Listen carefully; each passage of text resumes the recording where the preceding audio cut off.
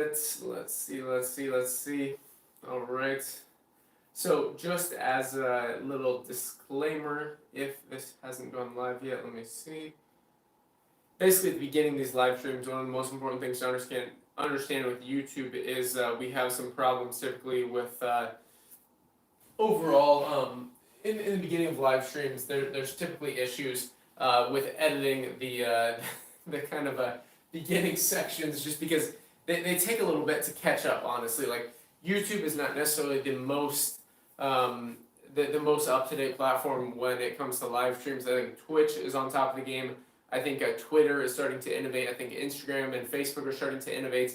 But I personally love YouTube because I do not use other social media platforms. Personally, I focus on really building long-term, long-form conversations because I think that is what is most valuable to anyone who's looking to grow capital, to invest global, and all these different things. So, as I said at the very beginning, one of the most important things to understand with live streams is essentially the beginning of this live stream typically gets edited out because I'm setting it up, and YouTube takes typically like 1 to 2 days just to actual process the video just so I can actually edit it. So if you're watching this, tomorrow on the, what is today? I think today's the 9th. Yeah, the 9th. I'm sorry, I'm a little thrown off here because of travel. I'm not going to lie. I was in Armenia for a couple of days. I was in Armenia for 4 days, I think, after spending about a month in Georgia, visiting Batumi on the Black Sea and Tbilisi. And by the way, I do have videos coming out tomorrow on, first of all, Smart Key, which is a project I'm actually going to be visiting in Poland, a blockchain project focusing on kind of the Internet of Things, innovating into smart cities. So things like, having a smart key via blockchain for your car, for your apartment, for payments, everything, right? So I think Smart Key is very interesting. Those videos will be posted tomorrow. The other video tomorrow will be the real estate market analysis in Tbilisi, Georgia, because typically whatever market I'm in, I'm visiting real estate, I'm touring properties, doing all these incredible things. Also, throughout this live stream, let me know in the live chat if you have any questions. We will kind of get this kicked off. Shout out to Shamid Hamid, who is always here. Hello, everyone. Please subscribe and hit the like button. I agree, Shamid.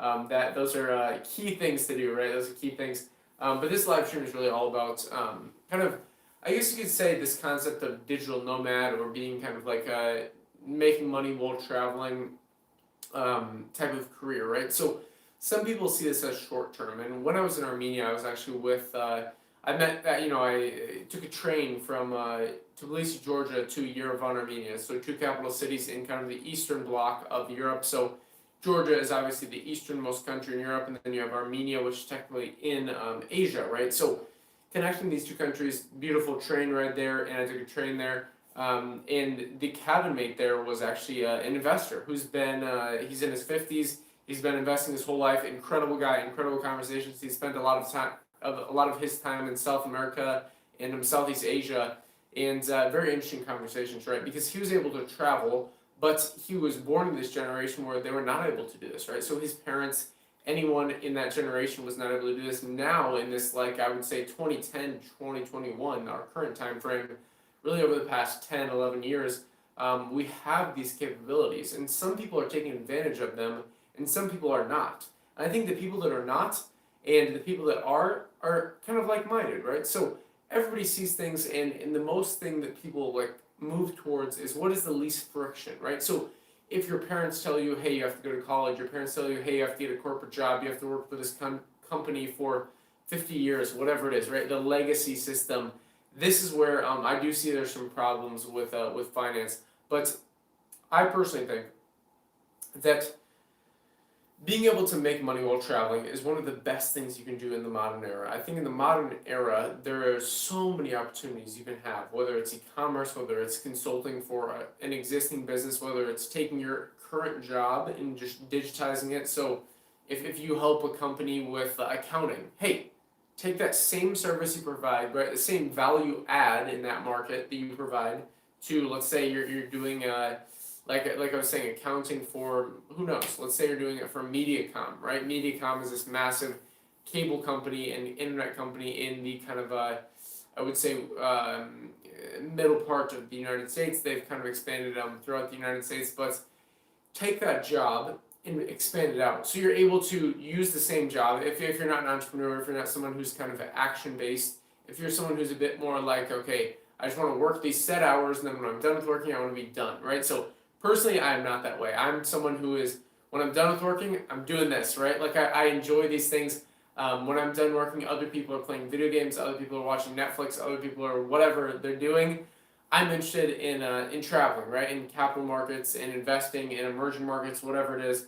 But some people are so focused just on their kind of day-to-day tasks in these flurries of activities, right? So I think that's one of the most important things to understand is maintenance versus progress. So when you're looking to make money online, be able to travel the world and make money, it is one of those things where it's a lot of preparation, right? So you have to break up maintenance versus progress, right? So maintenance is something that you do every single day. So think about it. Every day, just try this as an experiment.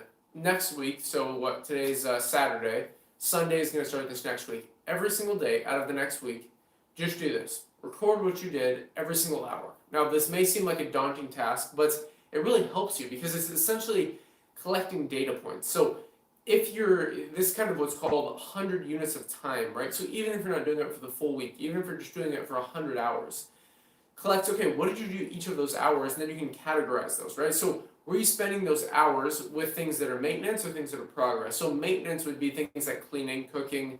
You could say maintenance would all be something like brushing your teeth, simple routine tasks, right? So something where it's not moving you forward, right? It's just maintaining your current position in life.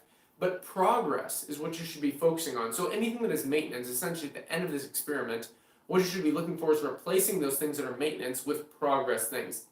How do you do this? Well, let's say for maintenance, for example, hire a cleaning lady, hire someone to prep you meals, hire someone to whatever you do every single day. It's this flurries of activity. You ask people and they're always like, hey, I'm so busy, I got all these different things going on. Ask them, okay, what are the things? I'm curious, right? So you ask them this, picking up groceries, getting my haircut, hanging out with friends, whatever it is, right? Making plans. These are maintenance, right? So you're maintaining your social life, you're maintaining your physical life, you're maintaining whatever it is. Versus progress, okay? So certain maintenance things, you really repeatable tasks, you can essentially outsource. And by the way, as much as this book gets hate, the 4-Hour Workweek, I love it. I mean, I think it's an incredible book. I was actually reading it on the, I've read it multiple times here throughout my life. And really those main tenets of essentially Pareto efficiency. So basically what Pareto efficiency says, he was an economist. And so 20% of the overall wealth in an individual economy, so let's just use the US for example, 20% of the wealth is essentially represented by 80%. So 80% of the wealth, let's use this, it's a little bit better. 80% of the wealth is given to 20% of the people, okay? So 20% of the people have 80% of the wealth. So when you break this up, you see this not just in economics, you see this in all different things throughout nature. You see 80% of traffic accidents happen by 20% of the population. You see 80% of, let's say, crimes happen by 20% of the population. And this is a consistent outcome, right? So essentially these distributions, none of these things are random, right? So when you break these down, it can be very, very interesting to look at the statistics of these situations and really use Pareto efficiencies. And with this, you can essentially hone in on, okay, what are those 20% of the things that you do on a day-to-day basis that provide 80% of your output, of your actual income, right? So if you're looking to travel the world, the main thing is either, number one, you're starting your own business, okay, number two, you're a freelancer, right? So you're kind of in between. So number one is you're a more action-based person. You're someone who has all these ideas. You want to start an e-commerce business, you want to start investing, you want to start consulting, whatever it is. I'll talk about that more in this live stream. But the second style is more freelancer, right? So someone who is essentially doing a value add to a business, but they're not locked into a contract. Now, I like that.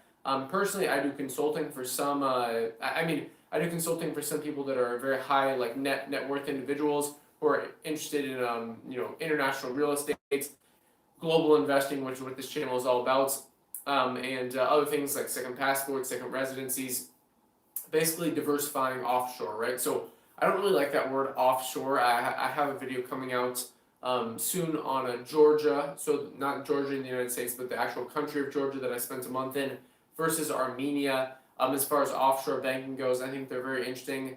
But personally, I do like Georgia a little bit better.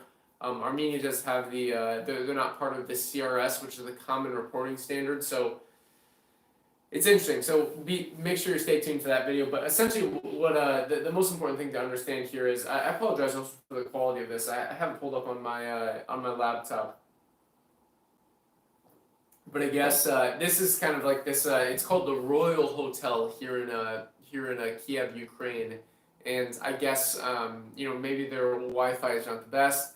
I was getting decent Wi-Fi in Georgia, so I honestly I really loved Armenia. I really loved Georgia. I would definitely spend more time there. Personally, here in Ukraine, honestly, like just as far as hotels and rentals go, cost of living, I find it interesting if you love Ukraine, like if you're very passionate about this market, but I'm not going to spend that much time here. I'm probably going to spend less than a week here in Ukraine. Moving forward, I'll probably end up spending a month here when I'm setting up bank accounts, doing all these things that I normally do in a market. But I like, growing up, I fly, if you know what fly fishing is, right? So I grew up in Iowa in the United States, talking about here in Ukraine. But yeah, so essentially, let me see here. Hopefully this video doesn't cut out. As I was saying, I do apologize for the quality of this. I'm not sure, when I'm here in Ukraine, the quality here is a bit different, so I do apologize if this is a bit off.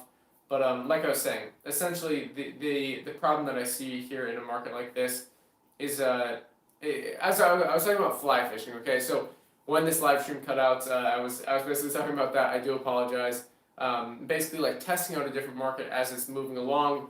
Here in Ukraine, it is interesting. Armenia, I will definitely return to because of the offshore banking opportunities, and I have that all set up, right? So I will be making a video on what's going on in Armenia versus Ukraine as far as offshore banking goes, because I do think these are very, very compelling for anyone who's looking to invest global. Really, the first step in investing in an emerging market is to set up a bank account, right? So it doesn't cost you anything. You can literally set up a bank account with $0 in it. So understand that it's essentially opening up a pipeline for yourself, opening up these opportunities where maybe in the past they wouldn't be there for you, but now you're able to do these things and essentially access these markets with the capital you have. So in Armenia, it's the dram is the currency. In Turkey, it's the Turkish lira, right? So in Georgia, it's the lari, right? So all these different markets, you should ideally, when you visit them, if you're looking to invest global and make money while traveling, is you should set up a bank account. This is the very first step you have. So think about it as a moat around this, right? So anyone, let's say they're a millionaire, right, in the United States or in Canada. Well, if they have a family, they have 4 kids, they have a wife, they have a job, they have a bunch of employees, they're not able to travel whenever they want, wherever they want, right? So unlike the people watching the stream who are probably in a situation where potentially they would be able to do what I do, right? So basically making money while traveling. This is kind of the digital nomad, or whatever you want to call it, lifestyle. Now, I don't like that because I think that's a bit short-term thinking. Now, digital nomad or van life, whatever these kind of buzzwords are maybe they get a lot of attention, but in my personal opinion, I like to think about this more as someone who's just investing global, right? So someone who's not only investing their capital, but they're investing their time in different emerging markets. So whether you have enough capital to invest in a bank account, or invest in an offshore bank account, like I was talking about, or invest in a brokerage account, or invest in foreign real estates, that doesn't matter. The most important thing is where you investing your time. So investing your time in a domestic market that you were born in is opportunity cost, right? So if you're only investing your time where you were born, well, that's something where after you're 18, you should really think beyond that. You should expand out, especially as the world becomes more borderless. We talk a lot about on this channel, basically blockchain projects and the decentralized finance ecosystem, or the crypto ecosystem, where you're able to diversify out of these kind of centralized equities and get into emerging markets that are not just in geopolitical emerging markets, but more internet emerging markets, right? So what is the internet emerging market? In my opinion, that is blockchain technology, because basically it's moving from Web 2.0 to Web 3.0. Web 2.0, you're able to be censored, you're able to be, your account is able to be banned. They could shut off this live stream, whatever it is. They probably will while I'm here in Ukraine, to be quite honest. But basically moving from Web 2.0 to Web 3.0, where centralized versus decentralized. That's the main difference you have to understand. Is you have centralized server bases. So if you own like whatever domain it is, like I own a bunch of different domains. Essentially, you're leasing them on Web 2.0. So if it's a .com, a .org, or a .io, this is Web 2.0. Now a .crypto domain, or kind of like something like an unstoppable domain or handshake domain, where it's top level domains. Those are a bit more Web 3.0. So that's where I think the beauty of blockchain is in this whole global landscape. But again, the point of this video is to kind of ask you guys, what are your questions on making money while traveling? Personally, I run e-commerce stores, so I have, in the past, I started out obviously in Iowa. I've talked about this in past live streams. I grew up in Iowa in the United States, farm state. I grew up mowing lawns, then I worked concrete construction every single summer, and pretty much throughout the school year. While I was in high school, everyone else was out partying. I was working concrete construction, blazing hot sun, not fun at all, but I learned some life lessons that were quite interesting. And so concrete construction teaches you a lot, so I think, about life, a lot about what you don't want to do. I met a lot of guys that had multiple baby mamas, had drug problems. Most of them didn't have their driver's license, so I was like 17, leader of the crew. So I was leading like this guy who had a bunch of baby mamas, this guy who had like drug problems, this guy, all these guys that were much older than me, right? So I was like 17, 16, 18, kind of in that age time frame. And these other guys were like 30 plus, 35 plus, and some of them had been to jail. But that teaches you a lot, right? So if you're kind of in this position where you're not motivated, go start it. Literally, that's my best advice to you. Go start a job that you hate. Because once you're in that job, and ideally you get into a job where you're making a lot of money doing it, but you hate it, because that essentially motivates you, right? Because if you're in a position where, hey, your parents are giving you money or the government's giving you money, you don't have any motivation to actually go out and make money for yourself. And certain people, like myself, I would say, I'm a bit self-motivated. So it's a bit different than other people. Everybody has different personalities. But if you're an action-based person, like I started out doing e-commerce, right? So I started out actually buying just like, I would take the profits that I made from mowing lawns or doing concrete construction, and I would go to a thrift store, buy like vintage sweaters, and sell them online. I would sell them on a platform called Grailed. I would sell them on eBay, all these different sites, essentially for vintage clothing, and I would make a profit off that. So that's something where if you're a bit more action-based, you can actually do, because I was interested in doing that. I made nice profits just selling domestically, then I started selling internationally, then I started selling in bulk specifically to Australia and New Zealand, because the clothes are worth a lot more in Australia and New Zealand there. So I started making nice profits off that. Then I kind of moved, I didn't really enjoy the whole college thing, so I was making much more money than I would even with a college degree. So I started basically helping local businesses increase their customer base, increase their bottom line, right? So increase their actual income with adding new customers to the business through digital marketing. So I started consulting with local businesses, specifically doctors' offices, where they had kind of this high total lifetime value in their customer base. And from there, I kind of moved into investing, moved into different e-commerce variations where I don't have to actually deal with the physical packages, right? So that's the problem with the, and I think temporarily it was a good thing that I was doing, but you're not able to do this while traveling the world, right? So you're not able to go to a thrift store, buy things cheap, sell them expensive while traveling. While traveling, you need to do things like where you don't have to actually handle the inventory yourself. Now, the problem that I see with the e-commerce space is there's all these people trying to sell you a course on, okay, how to make money dropshipping or how to make money on Amazon FBA, right? So this is the problem that I see on this channel. What I plan to do long term is make just free video courses, just like I did with Global TA. Basically, a completely free technical analysis course where people are charging literally thousands of dollars for worse information that is in that course. Like I have a free course on YouTube called Global TA. If you scroll down to the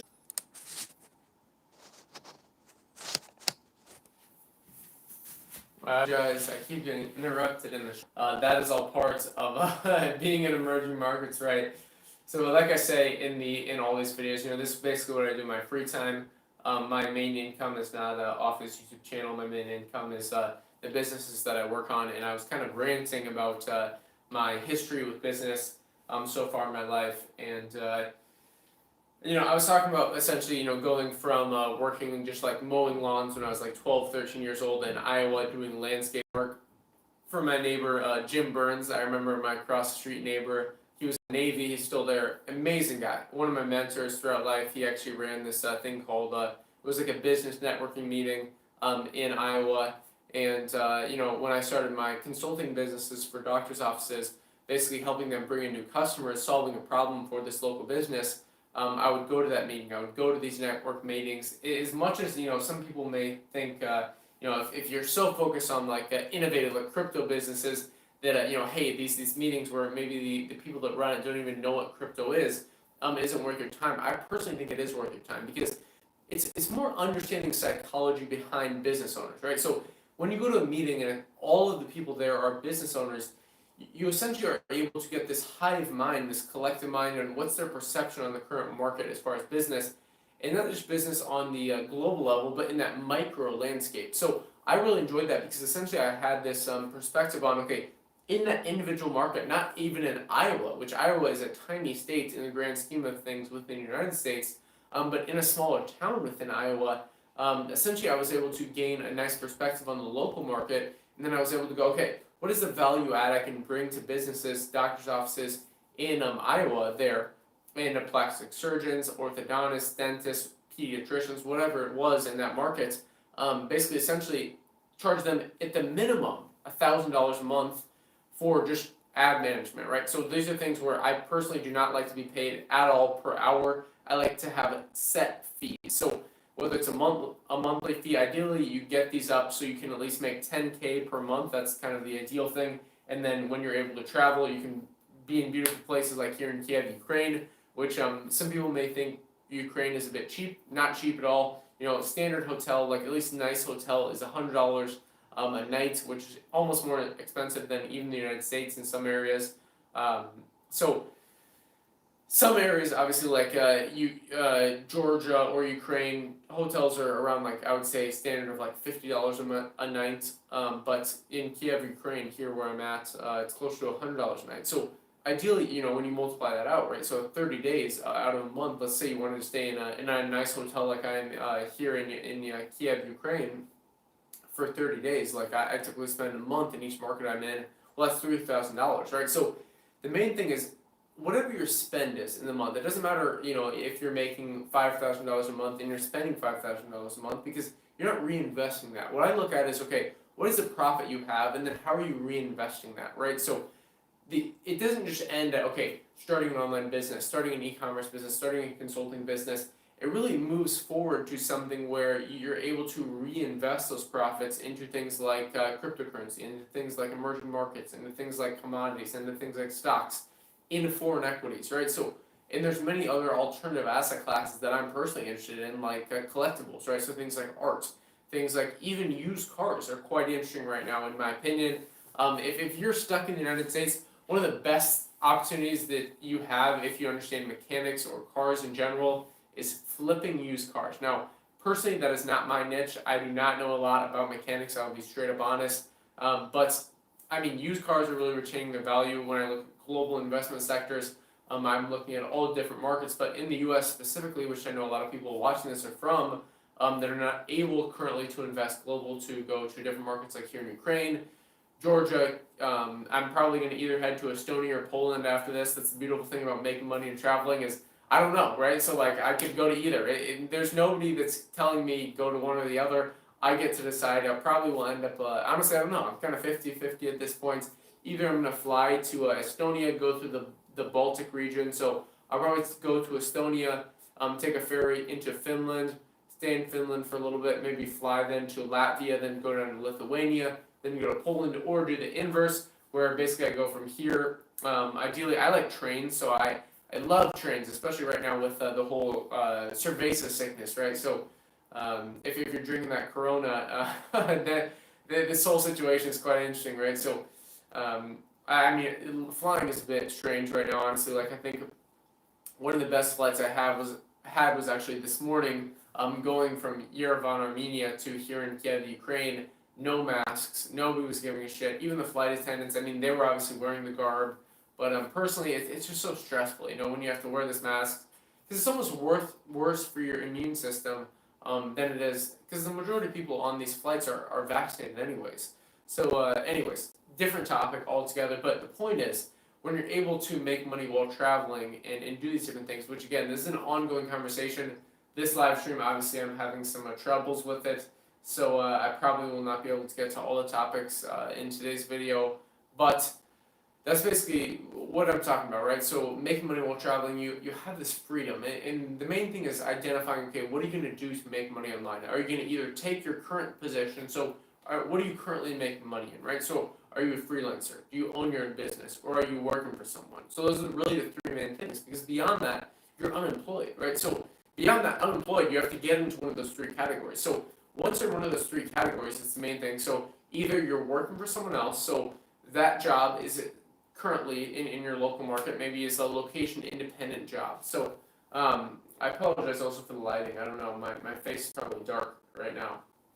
But the point is, you're either kind of focused on that individual location job, or you're freelancing. So maybe you're focused on working for an individual company, but you don't own your own business, right? So then the third one is owning your own business, not having to work for anyone else.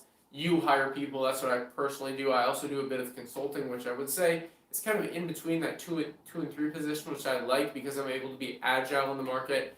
If I don't enjoy working with someone, if they're a pain in the ass, I'm able to go, hey, maybe this doesn't work out for us. Even if that person is paying me like $5,000 a month, I'm able to go, hey, maybe this isn't the best situation.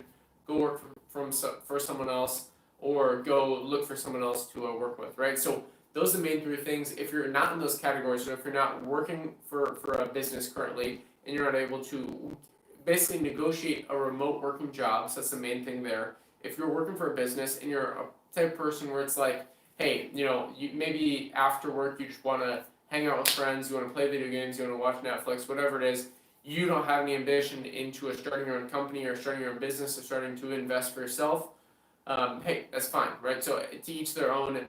Personally, I'm just not wired that way. I know some people are, and that's great. Again, I'm nothing knocking that at all. But with that situation, ideally what you want to do is negotiate a remote work agreement. So many companies are moving towards this. They can save so much money in releasing their kind of physical building, their physical office, where it's like really not much that productivity. After that, you're a freelancer. So with the freelancing position, essentially, ideally what you're doing is not having to be there physically, but actually providing a service online where you're basically having a value add to that business. Third, you own your own business. So it's going from owning maybe a brick and mortar business, or maybe like you have a sales office, to going, okay, hey, I'm the hire manager for that office temporarily, maybe over the next 2 years. I'm going to travel, I'm going to look at these different markets. I highly recommend reading the book, what is it called? It's like Shoe Dog by Phil Knight. Let me look that up real quick. It's an incredible book, but I'm constantly reading so many different books. Shoe Dog, Phil Knight. I've talked about this in past live streams, but it basically talks about Nike. Yeah, Shoe Dog, exactly. Okay, I got it right. I knew it. So I love this book. I actually have it in my library at home. But Shoe Dog by Phil Knight essentially explains the whole Nike story, right? So how he was able to build this massive company, truly an e-commerce company when you think about it. Like, they do a majority of their sales through e-commerce now. But he essentially was able to identify this trend in not the United States, but he actually went to Asia, right? So he went to Asia, he looked, okay, what was selling hot? What were the hot shoes? In the United States, it was not sneakers.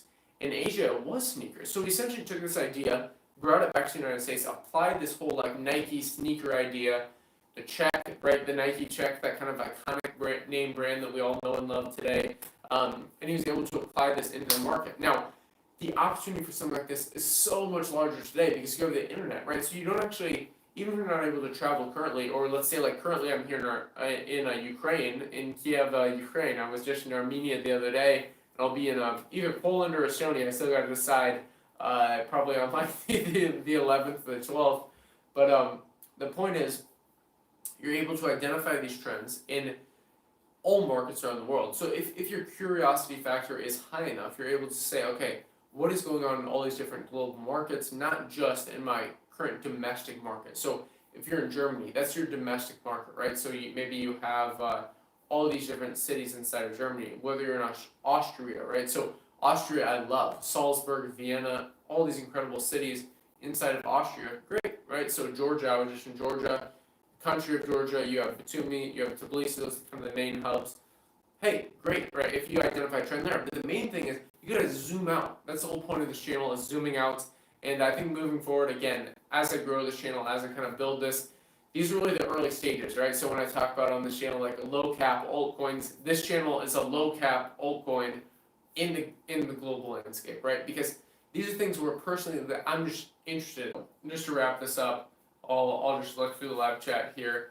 Shout out anyone who's been talking in the live chat, because I do apologize for the lighting, for everything going on. Man, it's a bit of a challenge, right? So I'm always traveling in different markets. There's never like, there's never really a specific like camera setup or anything like that. Like I'm very on the go with my camera setup. So I think you guys would probably enjoy seeing how I do these things as I'm traveling. So if you're ever in the market that I'm currently in, definitely let me know in the Telegram chat or let me know in the comments. Sometimes the comments I'm not able to see, but just so we don't have this live stream cut out again, because I do apologize for that happening multiple times throughout this live stream. I definitely will do another like follow-up video on this topic, because I think this is so important, right? Because so many people want to travel. I think traveling is one of the most important things for kind of expanding your perspective on life. So if you're so focused on like the problems you have in your current market, you're very, very consolidated, right? But you want to expand out of that. You want to look globally. You want to look at, okay, how can I remove these biases and just look at, okay, what are the objective facts on the world, right? So that's basically what this live stream is all about. But I definitely will be doing another one on this topic, because this one, again, has cut in and out. There's been lighting problems. There's been all these different things. But quick, while I'm doing this, I will shout out anyone who's been on the live chat. So shout out to Ikra, shout out to Shamid Hamid, as always. Great topic today. Hello, hello. Is there a light that you can turn on? Yeah, there is a chandelier up here I should have turned on, honestly, throughout this live stream. I will also be here tomorrow night, so maybe I'll do another live stream tomorrow. Who knows? But yeah, I should have turned on that chandelier, because I have one right up here. Honestly, Ikra, so I do apologize for that. It's weird because I have lighting in the background. This is just a nice situation with this couch set up here in the hotel. So I kind of am in this position where it's like the lighting's a bit strange. Like I say, whenever I'm traveling, it's always a different kind of camera setup with a live stream. So most people like recording on YouTube, they have a desk. They're in kind of like one physical location all the time. I'm constantly setting up in wherever I'm at. In this case, this is like one of the oldest hotels in Kyiv, Ukraine. Beautiful hotel, incredible balcony, incredible, like everything. I love this hotel, but the internet, I guess, for live stream probably is not the best. Maybe my camera is overheating, but anyways, I'll read through these live chats, and then maybe we'll do another live stream tomorrow, maybe like a part 2 on this on the same topic. So yeah, so shout out to Foresty, he's here. Yeah, just as Abraham Lincoln said, that's true. Can't see your face. Did you drop out of college? Yeah, I guess you could say I did. I was in the situation where I was making more money than I would have been out of college with a degree. And personally, like, I've been consulting for businesses. I've been helping them grow capital. I've never once been asked, hey, what's your degree? Because you're only asked for that when you apply for a job. Personally, I've never applied for a job. I've always been in the position where I've been able to value add to a company, or when I was in high school, I was working for a concrete construction business. So I was working 70 to 80 hours a week into concrete construction when I was super, super young. That kind of gave me perspective on life in general. So if you're not able to work hard when you're working 70 to 80 hours a week, when you contrast that with working in an office 40-hour work week, it's way easier to do concrete construction. Trust me.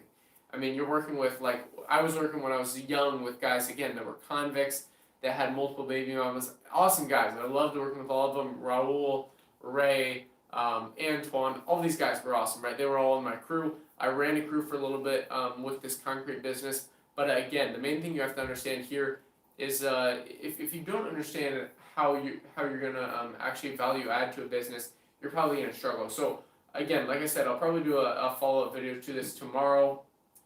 Yes, it does sound like Riley. Have you read the new book, M.J. DeMarco?